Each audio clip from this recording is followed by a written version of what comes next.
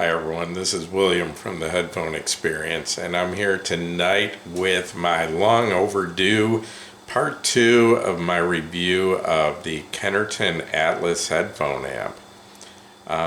This headphone amp is made by Kennerton Audio Equipment out of St. Petersburg, Russia, and it currently sells for $435 US. It's a hybrid type of tube amp, and it's also a USB DAC, and it can also be used as a headphone stand. And I have it here, and have a pair of headphones on it right now, which is the new Kennerton Valley, and just wanted to show you what it looks like as a headphone stand. And I'm going to go ahead and take these off now before I drop them and show you the amp itself. It's approximately 9¼ inches tall, and the base is about 8 by 8 inches square. The sides are real wood. I'm not sure what this is. I'm guessing maybe a oak or a walnut, but it is real wood. And this is a hybrid tube amp that uses one tube. It's a 6N2 type of tube. And this is a Class A amp. It's rated at 500 milliwatts into 100 ohms. Kennerton recommends headphones anywhere from 30 to 300 ohms. They claim a signal-to-noise ratio of 88 decibels. Uses a Burr Brown PCM 2702 DAC chip. Has two inputs, an RCA analog input and a USB digital input. And on the back here you can see you've got a switch that where to go. It's up here, switch back and forth from your two inputs, and then like I said, you got your RCAs, you got your USB, then you got your 18 volt DC power input and your on-off switch. On the front you've got your volume control and one standard 6.3 millimeter headphone jack. I guess that's it, about it on the specs. I did want to show you it comes with a 18 volt DC power supply. This isn't a wall wart. It has a cable that goes to it from your 120 AC outlet, and then another cable that goes to the back of the amp. And it does come with a pretty nice USB cable also. Getting into the sound of this, I would describe the sound as just slightly warm of neutral. But not dark at all, no roll off in the treble. Just a slightly warm of neutral and slightly bassy of neutral sound.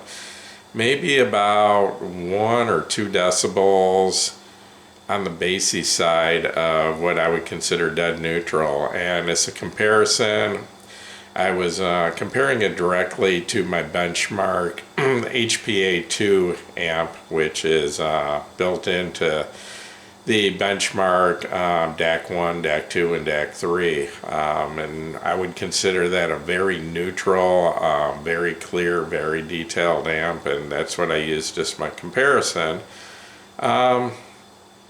I would say that this amp, I would describe it as very clear, very clean, very good detail, and the noise floor on it, and the way I test my noise floor is, actually I have them hanging right here, I can show them.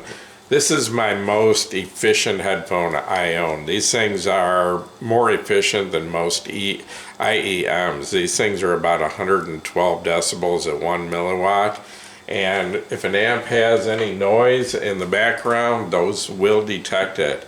And to be honest, I've tried probably 6 or 8 headphones with this amp, and the only one I could pick up any noise floor at all was those Sonys, the MDR V700.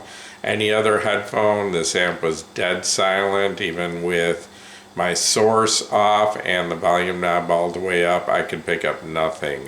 With the Sony, I do pick up a slight hiss not loud enough that, you know, as soon as you turn any music on, it covers up the hiss and I don't hear it, but I do pick up a slight hiss, and it doesn't matter where the volume knob is. Anywhere from, you know, 0 to full volume, it stays the same. So, but like I said, those are more sensitive than most IEMs. And any other headphone I have, including like the Grotto SR80E and the Philips SHP 9500, which are both very efficient headphones, I don't pick up any background sound at all. Anyway, the power of this amp is rated at 500 milliwatts and into 100 ohms. And I found it more than sufficient for just about any headphone I plugged into it. Any of the Kennerton headphones that I've had, the Valley, the New Valley, what else? The Magni, the Thror, which is the hardest to drive of the Kennerton headphones, and the Odin, had plenty of power for any of those. I even tried some fairly hard to drive planar magnetic headphones from Hi-Fi Man, the Sundara and the HE500, which are fairly hard to drive, and it did very well with both of those. It provided plenty of volume, even though normal listening was probably up in about the 1 o'clock range on the volume knob. But, you know, I mean, it played them both fairly loud, you know, once I got up to like 3 or 4 o'clock on the volume knob. And it really didn't run out of power, and it didn't seem to run out of current either, where those headphones can sound thin if they don't have enough current coming from the amp. So they lose bass and they lose dynamics. So the ultimate test that I gave this amp was the Hi-Fi Man HE560, which is a pretty hard to drive headphone, and I usually don't recommend amps of under 2 or 3 watts for that headphone. And surprisingly, this amp did fairly well. I mean, it did come up a little bit short when I really pushed it. With the HE560, normal listening was at about the 2 o'clock position on the volume knob. But this amp can be turned all the way up to the 5 o'clock position without distorting or without losing dynamics. And with it up in the 5 o'clock range, it played the HE560 fairly loud and did fairly well, especially if I didn't give it any bass boost. And I'll talk about that in a minute, because I did try using the shit low key and running a little bass boost through this amp to see if it could handle that. But so anyway, with the tone set flat and the volume knob up in the 6 o'clock or 4 to 5 o'clock range on this, I didn't hear any distortion. And I would say the HE560 really it was fairly loud. I mean, you know, a lot louder than I'd ever listened to it normally, and sounded good. I then used the shit low key and gave the signal about 5 decibels of boost at 20 hertz, and that would be about 3 o'clock on the volume knob of the shit low key, and it still held up pretty well. It's still, with the volume knob all the way up at 5 o'clock, I didn't really hear any distortion in the bass.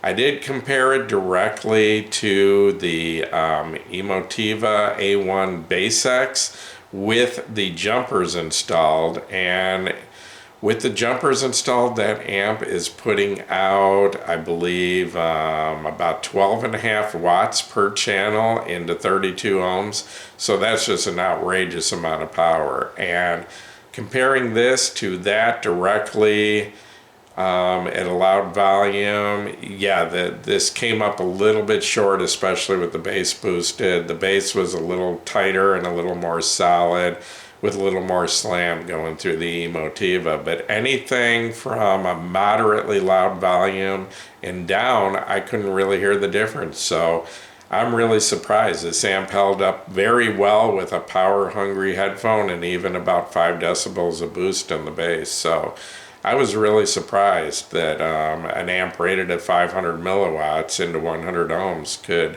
do that well and put out that kind of current into that headphone. So I'm pretty impressed in that respect.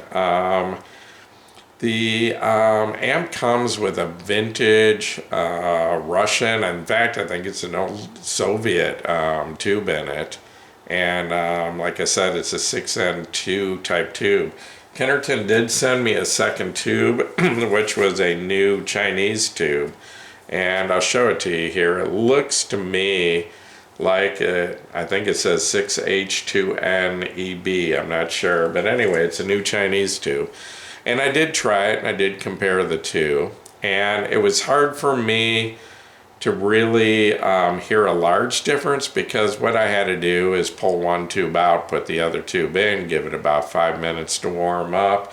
And to be honest, you know, with that 5-minute gap, it was hard to tell, but I think that the Chinese tube did sound a little bit slightly warmer than the Russian tube and a little bit bassier. So the Russian tube, which was just very slightly on the warm side of neutral and very slightly on the bassy, the Chinese tube gave this amp more of a tubey sound, you know, a little more bass and a little bit warmer. Neither one, I didn't notice any roll off in the treble though, so you know, it's still a pretty neutral amp. The DAC in it, I did mention in my first video that I tried it. I hooked it up to my computer, and the DAC is a good DAC. I mean, it fell a little short comparing it to my benchmark DAC 1, but that's $1,000 DAC, and you know, but as far as comparing it to the DAC and headphone output of my desktop computer, I mean, there was no comparison. This just sounded infinitely better. So, I mean, the DAC is a pretty decent DAC. I did want to mention, because I worried about this, and you may worry about it too, is with this tube right here, is it safe to put your headphones on this thing and use it as a headphone stand? But I found out, unlike the OTL Felix Audio Echo, which, you know, the tubes get very hot on that, about 195 degrees. This tube barely gets above room temperature. And no matter how long I leave it on, I think it's totally safe to put your headphones on here without them being overheated. So I wouldn't worry about that at all. Is there anything that I don't like about this amp? And I try to point, you know, any dislikes out in my videos that I do. And I did have one small problem with it. If I turn this amp on or off with the headphones hooked up and on my ears, I do hear a slight popping sound, which the more efficient the headphone is, the louder it is. You know, with something like the Grotto SR80E or the Philips Audio, or the Philips HP 9500, which are both pretty efficient headphones, it's noticeable. It's definitely noticeable. If you have them plugged in, turn on the amp, there is a bit of a pop when you turn it on. And if they are hooked up and on your ears, when you turn it off, there is a bit of a pop. Also, for about the first 20 seconds after turning it on, there's sort of a weird hum sound, but it goes away at about the 20-second mark. Okay, also, if I turn this amp on without headphones plugged in, and then plug them in, even if the volume knob is at 0, if I plug headphones into it in the first 5 minutes, I do get sort of a pop also. If I wait about 5 minutes before plugging the headphones in, then it's totally silent. That doesn't happen. And if I unplug the headphones with the amp on, if the volume knob is down, there's no problem. I only get the sound if I turn the amp off with the headphones still plugged in. So that's the one issue I have with this amp. Other than that, I really like it. And would I recommend it? Yeah, I do.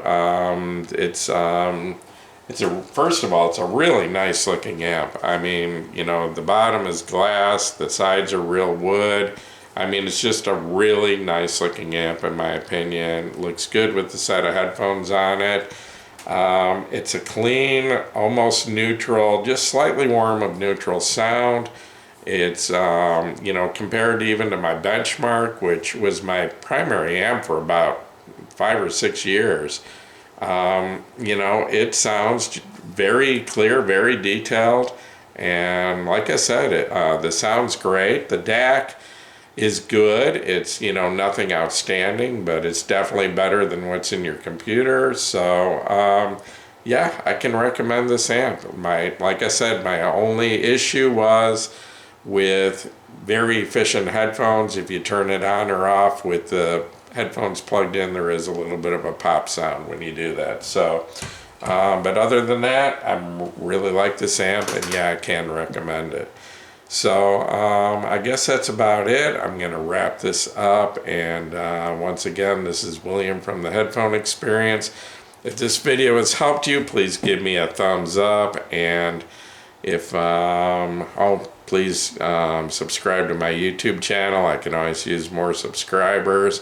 And you are all welcome to join us over at the Headphone Experience on Facebook. Thank you very much.